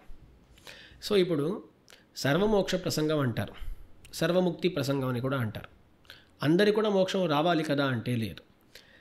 ఎవరు శరణాగతి అనుష్ఠిస్తారో లేకపోతే ఉపాయాలను అనుష్ఠిస్తారో అటువంటి వాళ్లకు మోక్షాన్ని ఇస్తాను అని భగవంతుని సంకల్పం. కోరిక లేకుండా వాళ్ళని పరమపదానికి తీసుకువెళ్ళటానికి భగవంతుడు ఆశపడలేదన్నమాట. అందుకని అంత మాత్రం మన దగ్గర నుంచి ఎదురు చూస్తున్నాడు. కానీ అందుకని నేను కోరుకున్నానండి, కోరుకోవటం చేత నాకు మోక్షం దొరికింది అంటే ఇది మళ్ళీ పొరపాటు. కోరుకోవటం మన అర్హతను చూపిస్తుంది. ఉపాయం ఏంటి అంటే భగవంతుని యొక్క కృప. అర్థమైందా? ఈ శరణాగతి గురించి ఇంకా మాట్లాడుతూ పోవచ్చండి, అది విడిగా ఒక ఎపిసోడే చేయాలన్నమాట. కానీ సారం ఇది. ఇప్పుడు మన మూడో ప్రశ్న, ఉపాయం ఏంటి? దానికి మీరు ఏం చెప్పారంటే భగవంతుడి యొక్క కృప. అవును, ఇప్పుడు కృప అంటే చివరికి ఇలా అర్థం చేసుకోవచ్చు. మూడో ప్రశ్నకు సమాధానం ఏంటి, ఉపాయం ఏంటి, సాధనం ఏంటి అంటే శరణాగతి. శరణాగతి అంటేనేంటి? శరణాగతి అంటేనే భగవంతుని యొక్క కృప. భగవంతుడు మాత్రమే ఉపాయము అనే భావననే శరణాగతి అంటాం. అందుకని చివరికి మనకు మార్గం ఏంటి అంటే శరణాగతి. భగవంతుడి ఉపాయం అనేది శరణాగతి, కాబట్టి అదే మూడో ప్రశ్నకు జవాబు అన్నమాట. కానీ స్వామి, శాస్త్రాల్లో చాలా చోట్ల వివిధ ఉపాయాలు భగవంతుని పొందడానికి అంటే మోక్షానికి వెళ్ళడానికి ఎన్నో ఉపాయాలు తెలియజేశారు కదా స్వామి. ఫర్ ఎగ్జాంపుల్ భగవద్గీత లాంటి చోట కర్మయోగం, భక్తి యోగం, జ్ఞానయోగం ఇటువంటివి కూడా ఉపాయాలు. కొన్ని శాస్త్రాల్లో భగవన్ నామోచ్చారణ అది కూడా మోక్షానికి హేతువు. ఇటువంటి విషయాలు తెలియజేయబడ్డాయి కదా స్వామి. అవును. ఇప్పుడు అయితే శరణాగతి మాత్రమే ఉపాయం అవుతుందా స్వామి? మిగిలినవన్నీ ఇన్ని ఉపాయాలు చెప్పబడ్డప్పుడు ఉత్కృష్టమైనటువంటి ఉపాయం శరణాగతి. ఇప్పుడు చూడండి, మీరు చెప్పిన ఈ విషయాలన్నీ కూడా కర్మయోగము, జ్ఞానయోగము, భక్తి యోగము, నామ సంకీర్తనము, ఇంకెన్నో దివిదేశవాసం, ఇలాంటి ఎన్నో ఉన్నాయన్నమాట. వీటన్నిటికీ కూడా మోక్షోపాయత్వం ఉన్నట్లుగా శాస్త్రాలు చెబుతాయన్నమాట. ఇక్కడ ఏంటంటే చివరికి కొందరు నేను కర్మయోగము చేసి కర్మయోగము ద్వారా మోక్షాన్ని పొందబోతున్నాను అని అనుకున్నారనుకోండి, భగవంతుడు సరే నువ్వు అనుకున్నా సరే నేను నీకు మోక్షాన్ని ఇచ్చేస్తాను అని ఇస్తాడనమాట. కర్మయోగం చేసే వాళ్లకు మోక్షం దొరకదు అని మనం చెప్పట్లేదు. కర్మయోగం చేసి కర్మయోగము ద్వారా నేను మోక్షాన్ని పొందుతాను అని అనుకునేవాడికి కూడా భగవంతుడు మోక్షాన్ని ఇస్తాడు. సో మీరు చెప్పిన ఉపాయాలకు కూడా మోక్షం దొరుకుతుంది. కానీ మనం అనేది ఏంటి అంటే, వాటి ద్వారా మోక్షము దొరికిన ఉత్కృష్టమైన ఉపాయం ఏది అంటే శరణాగతి మాత్రమే. ఎందుకంటే చివరికి కర్మయోగం చేసే అతను కర్మయోగము చేత నేను మోక్షాన్ని పొందుతాను అనుకుంటే అది పొరపాటు. మనం చేసే కర్మయోగం ఎంత, భగవంతుడు ఇచ్చేటువంటి ఫలం ఎంత, దీనికి అది సరికాదు. అక్కడ కూడా మనం ముందు చూసినట్లే ఒకతను 10 రూపాయలు ఇచ్చేసి ఐఫోన్ పొందినా, 100 రూపాయలు ఇచ్చేసి ఐఫోన్ పొందినా చివరికి ఏది కూడా ఉపాయం కాదు. కానీ అతను ఇస్తాడా అంటే అతను ఇస్తున్నాడు అనమాట. అలాగే భగవంతుడు కూడా కర్మయోగం చేసిన వాళ్ళకు ఇస్తున్నాడు, జ్ఞానయోగం చేసిన వాళ్ళకి ఇస్తున్నాడు అనమాట. మనమేమంటామంటే నేనేదో ఇచ్చి భగవంతుడి దగ్గర తీసుకోవటం ఏంటి, అదొద్దు. అలా మోక్షం దొరకదు అని మనం చెప్పట్లేదు. మనం చెప్పేది ఏంటి అంటే అలా చేయటం కన్నా శరణాగతి చేసి మోక్షాన్ని పొందటము శ్రేష్టము. అక్కడ అహంకార మమకారాలు కొంచెం కూడా రావు. నేనేదో చేశాను, నేను చేసినందువల్ల నాకు మోక్షం దొరికింది అనే భావన రాదు. ఒకవేళ ఇలా ఆలోచించండి, ఒకతను శరణాగతుడే కానీ నామ సంకీర్తనం చేస్తూ ఉంటాడు, ఇంకెన్నో కైంకర్యాలు చేస్తూ ఉంటాడు. కానీ వాటిని చేస్తున్నప్పుడు నేను నామ సంకీర్తనం చేయటం చేత మోక్షాన్ని పొందబోతున్నాను అనే ఆలోచన లేకుండా భగవంతునికి నామ సంకీర్తనం అంటే ఇష్టం, అందుకని నేను చేస్తున్నాను అనుకుంటే అతను కూడా శరణాగతుడే మళ్ళీ. అవునా? ఎందుకంటే మిగతా ఉపాయములను ఉపాయముగా భావించినప్పుడు అవి ఉపాయములు కాబట్టి సేవలు, కైంకర్యములు. సో ఈ నామ సంకీర్తనమైనా దాన్ని సేవగా చేయవచ్చు, ఉపాయముగా భావించవచ్చు. ఉపాయముగా భావించినా మోక్షం దొరుకుతుంది. కానీ శరణాగతిని మనము చేసేటప్పుడు భగవంతుడే ఉపాయము. నామ సంకీర్తనమైనా ఇంకేదో అయినా దాన్ని ఉపాయముగా భావించకండి, భగవంతుని యొక్క కృపను ఉపాయముగా భావించండి అంటాం. అయితే ఉపాయములుగా అవి ఉంటాయా అంటే ఉంటాయి, కానీ అలా మనం ఆలోచించకుండా ఉండటం అదే శ్రేష్టము, మన స్వరూపానికి అనుగుణము అని ఆచార్యులు అంటారు. స్వామి, అయితే మొదట ప్రమాణంలో చెప్పినప్పుడు 3 విషయాలు ఖచ్చితంగా తెలుసుకోవాలి అని తెలియజేశారు స్వామి. ఇప్పుడు ఆ 3 ప్రశ్నలకి జవాబులు దొరికినట్టేనా స్వామి? సంగ్రహంగా దొరికినట్లే. మన ప్రేక్షకులందరూ కూడా గుర్తుపెట్టుకోవటానికి సౌకర్యంగా 3 విషయాలు చూసాం మనం. నేనెవరిని? నేను ఒక జీవాత్మను. ఎటువంటి జీవాత్మను? దాసుడైన జీవాత్మను. మొదటి ప్రశ్నకు జవాబు అది. నేను అలాంటి వాడిని అయితే నా లక్ష్యం ఏంటి? సేవ, నిరంతర సేవ. నిరంతర సేవ పొందటం కోసం ఎక్కడికి వెళ్ళాలి? పరమపదానికి వెళ్ళాలి. అది రెండో ప్రశ్నకైనా జవాబు. సరే, దానికి వెళ్ళటానికైనా మార్గము అంటే ఉపాయం ఏంటి అని అడిగితే శరణాగతి. శరణాగతి అంటే మళ్ళీ దాంట్లో కూడా భగవంతుని యొక్క కృప మాత్రమే మనకు సరైన ఉపాయము. ఎవరు ఏం చేసినా చివరికి అందరికీ కూడా ఉపాయం ఏంటి అంటే భగవంతుని యొక్క కృపే ఉపాయం అన్నమాట. నేనేదో చేసి దానివల్ల మోక్షాన్ని పొందాను అనుకోవటాన్ని వదిలేసి భగవంతుని యొక్క కృపే మనకు ఉండేటువంటి ఉపాయము అనే భావనతో ఉండిపోవుట అదే శరణాగతి. సో ఈ 3 విషయాలు తెలుసుకున్నామంటే అయిపోయింది. స్వజ్ఞానం, తన గురించి తెలుసుకున్నాం. ప్రాపక జ్ఞానం, ఉపాయం గురించి తెలుసుకున్నాం. ప్రాప్య జ్ఞానం, లక్ష్యం గురించి తెలుసుకున్నాం. ముముక్షుభి, మోక్షాన్ని పొందటానికి కావలసినవి ఈ 3. లోకంలో సక్సెస్ఫుల్గా ఉండే వాళ్ళందరూ కూడా వాళ్ళకేం తెలుసుంటుంది? నేను ఎవరిని అంటే వాళ్ళు ఒక రకంగా దాన్ని భావించుకొని ఉంటారు. కానీ ఏదో ఒక రకంగా నేను ఫలానా, నేను క్రికెటర్, నేను బిజినెస్ మ్యాన్ని అన్నట్లుగా వాళ్ళు ఏదో అనుకుంటారు. ఒక లక్ష్యాన్ని నిర్ణయించుకుంటారు. నేను ఇంత సేల్స్ చేయాలి, నేను వరల్డ్ కప్లో ఆడాలి అన్నట్లుగా ఏదో ఒక లక్ష్యం పెట్టుకుంటారు. ఆ లక్ష్యానికి కావాల్సిన ఉపాయాలు ఏంటో అంటే ఇప్పుడు ఒక అతను క్రికెటర్ అవ్వాలనుకుంటున్నాడు, అంటే క్రికెటర్గా ఉన్నాడు. అతను చేయవలసిన కసరత్తులను చేయటం, అభ్యాసం చేయటం, అలాంటి పనులు.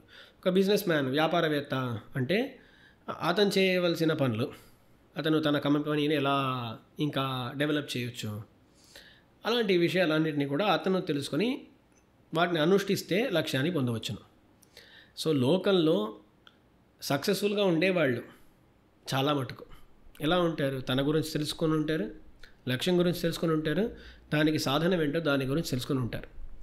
అలాంటప్పుడు మన శాస్త్రాలు చెప్పేది ఏంటి అంటే నువ్వు నిజంగా ఎవరివి అని తెలుసుకో, దానికి తగినట్టు లక్ష్య నిర్ణయం చేసుకో, దానికి కావలసిన సాధనం ఏంటో తెలుసుకో, సాధనాన్ని అనుష్ఠించు, లక్ష్యాన్ని పొందు. సో నేను భగవంతునికి దాసుణ్ణి అని తెలుసుకొని నిత్య కైంకర్యాన్ని పొందటం కోసం మోక్షానికి వెళ్ళదలిచి దానికి కావలసిన శరణాగతిని అనుష్ఠించి అలాగే ఉంటే ఆ నిత్య కైంకర్యాన్ని పొందబోతున్నాను. అంతే. ఇంత మనం తెలుసుకున్నామంటే అయిపోయింది. స్వజ్ఞానం ప్రాపక జ్ఞానం ప్రాప్య జ్ఞానం ముముక్షుభి జ్ఞానత్రయం ఉపాదేయం. ఈ 3 విషయాల గురించి తెలుసుకోవాలి. ఏతదన్యత్ నకించన. వీటి గురించి కాకుండా ఇంకేం తెలుసుకున్నా సరే పెద్ద ప్రయోజనమే లేదు. ఏం ప్రయోజనం ఉంటుంది? ఏం లేదు. వీడికి కావాల్సింది ఇదే, ముముక్షుడికి కావాల్సింది ఇదే. ఈ విషయాలు తెలుసుకున్నాడంటే అయిపోయింది. అందుకని ఇంకా మనం ఉపన్యాసాలు చేయాల్సిన అవసరం కూడా లేదన్నమాట. ఈ విషయాలు తెలుసుకొని ఒకరు తమ జీవనంలో దీన్ని అనుష్ఠాన పర్యంతంగా తీసుకొచ్చారంటే అంతే, వాళ్ళకు కావాల్సిన వాటిని వాళ్ళు చేసిన వాళ్ళు అవుతారన్నమాట అని ఇది ఒక ఎపిసోడ్. చాలా సంతోషంగా ఉంది స్వామి.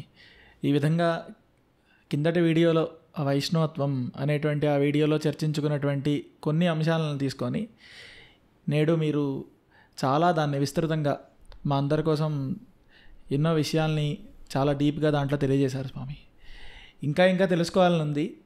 కాకపోతే చూసేవాళ్ళకి అది బాగా పెద్దదవ్వకుండా, మీకు ఎక్కువ శ్రమ కలగకుండా దీన్నే కొంచెం ఇంకా విస్తృతంగా మరిన్ని ఎపిసోడ్స్లో మనం ఇది చేసి వారందరి కోసం మీరు మళ్ళీ మమ్మల్ని అందరినీ అనుగ్రహించాలని మిమ్మల్ని ప్రార్థిస్తూ శ్రీమతే రామానుజాయ నమః. ఖచ్చితంగా చేద్దాం. కమెంట్స్లో మీకు ఏ టాపిక్స్ పైన విషయాలు కావాలి అని పెట్టండి. దానికి తగినట్లుగా మంచి టాపిక్స్ ఏమైనా దొరికితే వాటి గురించి తెలుగులో మరిన్ని పాడ్కాస్ట్ చేస్తాం. అందరూ కూడా ఈ పాడ్కాస్ట్లను చూడండి, వినండి, జీవితంలో పాటించటానికి ప్రయత్నించండి. చాలా ముఖ్యం ఇది. అందుకని మరొక ఎపిసోడ్లో కలుద్దాం. ఈ వీడియోలో స్వామి తెలియజేసినటువంటి ప్రతి అంశము కూడా చాలా ముఖ్యమైనది. కాబట్టి మీరందరూ కూడా ఈ వీడియోలో ఉన్న ప్రతి అంశాన్ని ఏది మిస్ చేయకుండా చక్కగా వింటారని ఆశిస్తున్నాము. అదేవిధంగా ఎవరెవరైతే ఈ విషయాలను తెలుసుకోవాలనుకుంటున్నారో వారందరికీ కూడా మీరు ఈ వీడియోని షేర్ చేయండి. వారందరూ కూడా దీనివల్ల చాలా ఉపయోగాన్ని పొందుతారు అని నమ్ముతూ సెలవు తీసుకుంటున్నాం. శ్రీమతే రామానుజాయ నమః. శ్రీమతే రామానుజాయ నమః.